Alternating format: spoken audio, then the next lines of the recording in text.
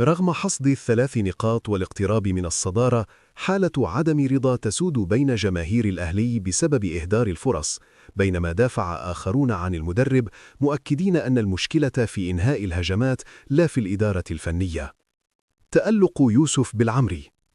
الظهير المغربي يوسف بالعمري قدم مباراة مميزة هجوميا ودفاعيا في أول ظهور أساسي له، وحصل على أفضل لاعب في المباراة من موقع سوفا سكور، ثاني أفضل تقييم من موقع 365 سكورز، كما أهداه إمام عاشور جائزة رجل المباراة.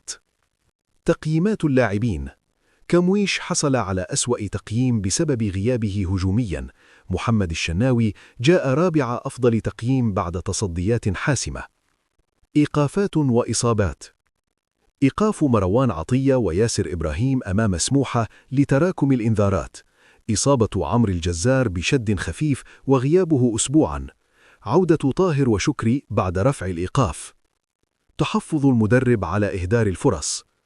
المدير الفني أكد للاعبين أن إهدار هذا الكم من الفرص كان قد يضع الفريق في مأزق لو استغل المنافس فرصه، مشيرا إلى أن المهاجمين سجلوا هدفا واحدا فقط في 8 مباريات.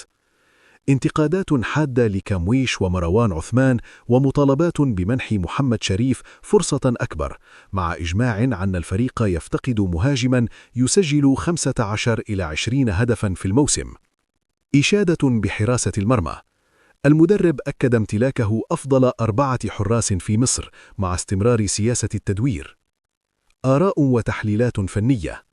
أحمد بلال أكد أن الشوط الأول كان ضعيفا، ولولا دياو والشناوي لتأخر الأهلي، لكن الأهم حاليا هو تجميع النقاط.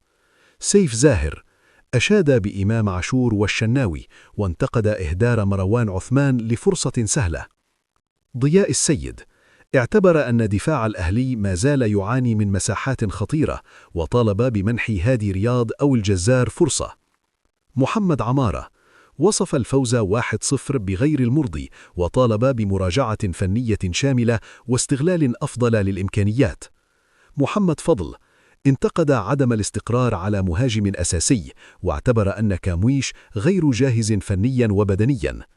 علاء مهوب أكد وجود مشاكل دفاعية واضحة، وأشاد بالعمري متسائلا عن الإصرار على بعض الأسماء هجوميا. اللجنة التأديبية في الاتحاد الإفريقي لكرة القدم منحت الجيش الملكي مهلة حتى 22 من فبراير لتقديم أدلة إضافية على شكواه ضد الأهلي. إعلامي تونسي أكد أن غياب جماهير الأهلي سيضاعف فرص الترجي الرياضي التونسي في التأهل. أزمة مدرب الترجي. تعثر مفاوضات الترجي مع المدرب الفرنسي باتريس بوميل مع اتجاه للتعاقد مع اسم آخر. تجميد لاعب بالترجي. تجميد لاعب الوسط أنوتشي بعد رفضه التجديد وتوقيعه المبدئي لناد ليبي. نهضة بركان يتقدم بشكوى في الاتحاد الدولي لكرة القدم ضد لاعبه السنغالي من كامارا. ميشيل يانكن ينفي. مدرب حراس الأهلي السابق ينفي تقديم أي شكوى ضد النادي في الفيفا. الاتحاد الدولي لكرة القدم يدرس زيادة عدد فرق كأس العالم للأندية من 32 إلى 48 فريقا مستقبلا. الاتحاد البرازيلي لكرة القدم يعلن رسميا مواجهة منتخب مصر وديا يوم 7 يونيو استعدادا لكأس العالم. المجلس الأعلى لتنظيم الإعلام يستدعي مسؤول راديو نادي الزمالك بسبب تجاوزات ضد الحكم محمود بسيوني بعد مباراة سيراميكا.